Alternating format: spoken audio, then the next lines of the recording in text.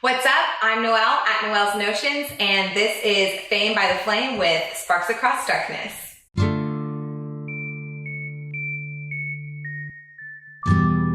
I checked out your Instagram and I've seen that you've been blowing up. I mean, you're tagged in a ton of different places, like Blue Lamp, Starlight, Press Club, right? What are some other places?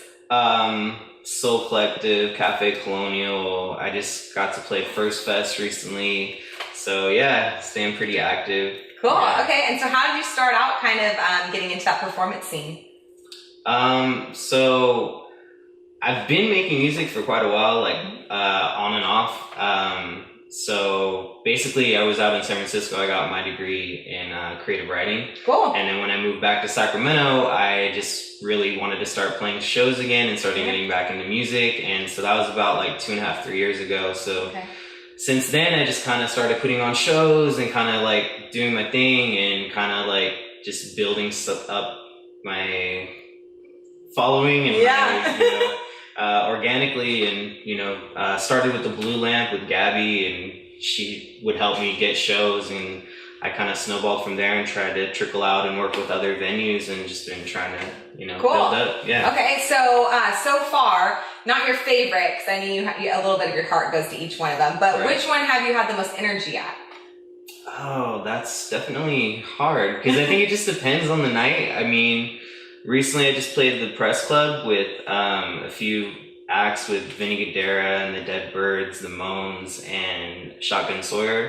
And that was really fun. That was like a really fun night. It was a little bit different because I was the only hip hop act there. Yeah. And it was just a lot of really great vibes and energy. But I've had great shows at a lot of different venues. Cool. Well, like shows like that where you are the only hip hop, like you are branching out to some of those other audiences that may have not heard of you before. Right. So your growth has been exponential. You talked a little bit about First Festival. Mm-hmm. How was that? Like, I'm really curious of how the show was and how the festival was. It was awesome. I had a really great time. It was just like a really fun day. Well, it was a 2-day event, obviously. It was Saturday and Sunday, but it was just crazy because beforehand, the Moans actually asked me to come on stage and do like a song with them, like a cover of the Ramones. So I hopped on there, sang off key, had fun, and then before that, I went over to Burley Beverages, was doing like this freestyle competition, and I went over there and it was freestyler written, and I went over there and freestyled, and I won that competition, and then I hopped on stage and just had a great time. It was like the first time I played with my new drummer, and the crowd was really receptive, and there was quite a few random people that had been wanting to watch me but hadn't been able to see me yet, and they had such positive feedback, and it was just a great night. It was just a great time. Cool. So you've been swooping up all these awards and fans as you go, huh? Well, that's the goal, I guess, but I don't know. Well, I saw that you were recently nominated for Sammys. Congratulations on that. How was the show? I know that Hobo Johnson swooped up a couple of awards. Man. Yeah, the homie Hobo. Yeah. He took like 4 home. Yeah, I think he took like 4 home that night. Oh, wow. Well, shout out and congrats to Hobo Johnson. Yeah, Hobo. Yeah, he's such a talented dude, and I'm just, happy to see him doing big things. And I got nominated. I didn't win, but the homie Spacewalker won, and she's dope. Man, super dope, and she's actually going to be on my upcoming album. And I've known her for a while. I've thrown so many shows with her, and she's just like a really great person. So I was happy that it was someone that I know. You know what I mean? It's like, oh, I didn't win, but I was over there. But you won. Exactly. Love for the homies. Yeah, exactly. You can't be, just to be nominated was an honor. So I was excited. That's what I was going to say. The nomination just shows that you're on people's, mind, and that your music is actually, reaching people. I'm really curious. You have a really unique sound. What are some of your influencers, and how did you kind of, fall into the sound that you guys have now? So I think I just basically I just love music. Okay. So I mean, although I make hip hop, I really pull inspiration from all different types of music, and I feel like like some people will be like, oh, I can hear like a Radiohead influence, I can hear like a Beastie Boys influence, I can hear these random elements that definitely make up like what it is that I do, but the Beatles. like so classic Outkast. Outkast, of course, you know, like Tribe Called Quest, MF Doom, man, there's just so many to name, you know, like even random all good stuff. Music. Yeah, just random stuff like Aphex Twin, or, you know, yeah, there's just a lot of artists that I pull inspiration from. I think it's also just kind of what I'm listening to at the time. Right now, I've been listening to a lot of rap and hip hop. Like, there'll be times and periods in my life where I don't want to listen to any of that, and I just want to listen to some random ass experimental, like, electronica record over and over. So I don't know. Okay, cool. Yeah. And so I guess I'm very curious about, you know, how the process that artists go through in developing sound. So you're saying you pull your inspiration from a lot of different artists. You kind of have it, you know, pair with how you're feeling in your soul. What is, like, I guess maybe the process you go through when you think of like a song? Does it just come to you and you know, can't help but write it down? Is it kind of, you know, bits and pieces come at different times? Yeah. I think it just depends on the actual song that I'm creating or the thing that I'm making. There's definitely songs where, you know, I'll sit there and it just crank it out in like a half an hour or an hour, and it's, you know, exactly how I wanted to write it. There's other times where I'll write it and then I have to like fix a few lines or go back and change it and scrap it. And what I've been doing for this record that I'm working on right now is I've been really trying to connect emotional feelings and attachments with the songs.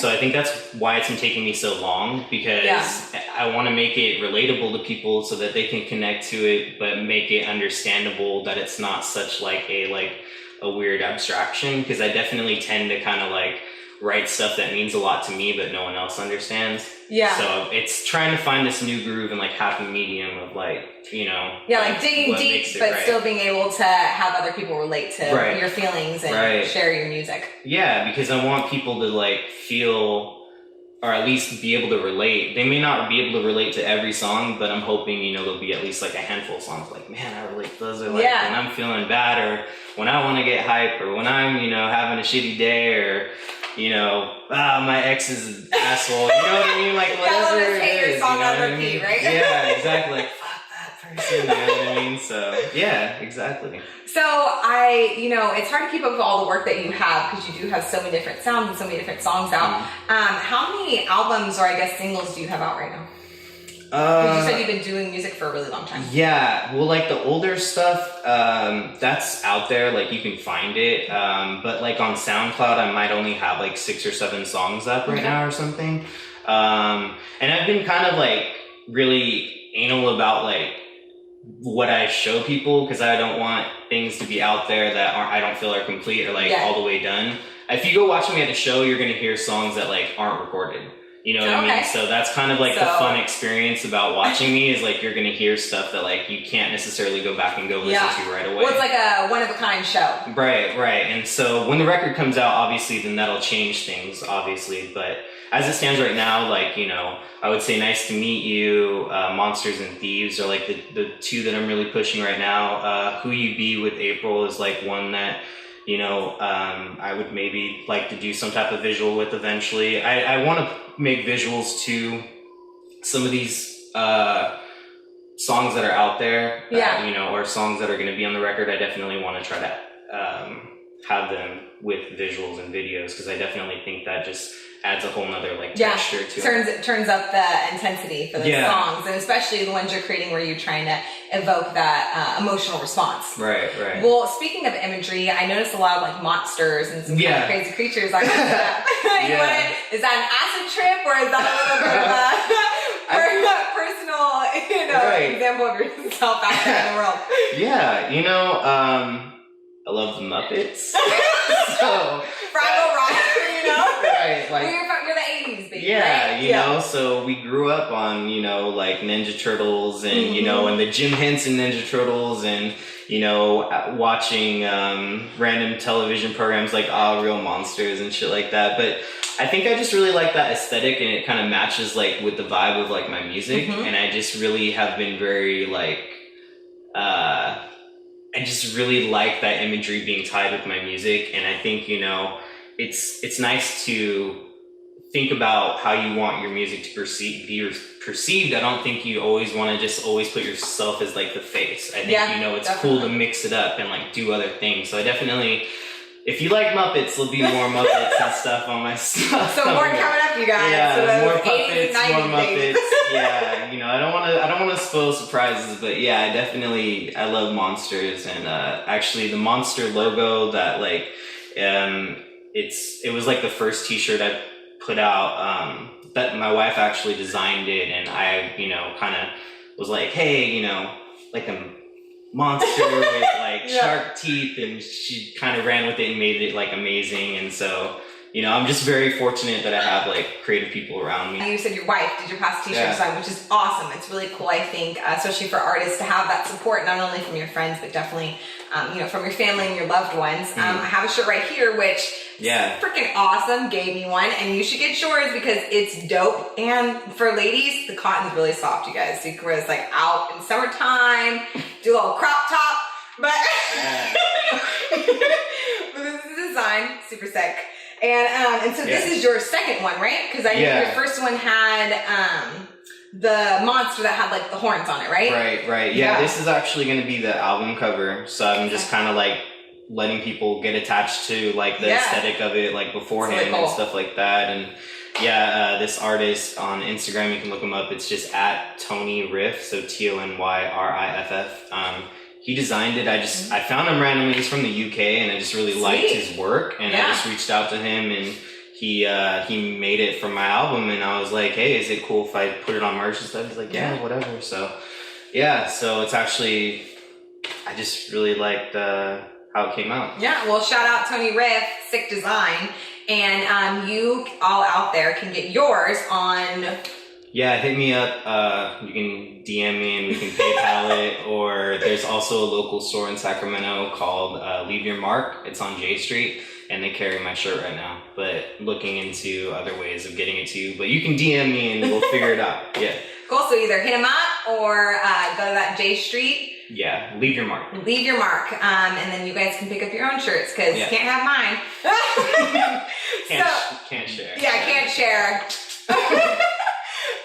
So you just said your collab got released. You have a lot of stuff coming up. Are there any more shows that we can expect? Because I mean, I personally really want to come to one, and I know you said each one's unique. So if you miss one, you're kind of out of luck. No, I definitely try to make each one a little bit different. I mean, this weekend I have a show on Sunday with Billy Woods, Prem Rock, Fresh Kills, and Henry Canyons, and also local artist Tully McLean. And we're going to be at Cafe Colonial, all ages. They're on tour, so I'm just supporting them, helping them out. And then after that, I have a couple shows coming up. There's like Cities You Wish You Were From EP release show at the Hideaway Bar. And so I believe it's just me and us and them. And August 4th at Soul Collective. Really cool lineup. There's a lot of like really dope hip hop on that lineup, and so any of those, there'll be more. Well, so you can get your taste of Sparks Across Darkness all summer long then at those shows. And where can they find tickets? Is it online, at the door? It's usually a little bit of both. Okay. I believe most of them, obviously, like they're accessible at the door. But usually there's like an Eventbrite or something like that too. Cool. Yep. All right, we'll get your guys' tickets, and each show's going to be different. So try to catch all three this summer. So is there anything else that you want to say for the fans? Anything that, maybe inspired you to start into music that you can reach out to those individuals who maybe are trying to find their way in the music industry? I think it's just about persistence and coming up with a vision and believing in it. I don't think you necessarily want to do someone else's vision or like copycat somebody else's thing,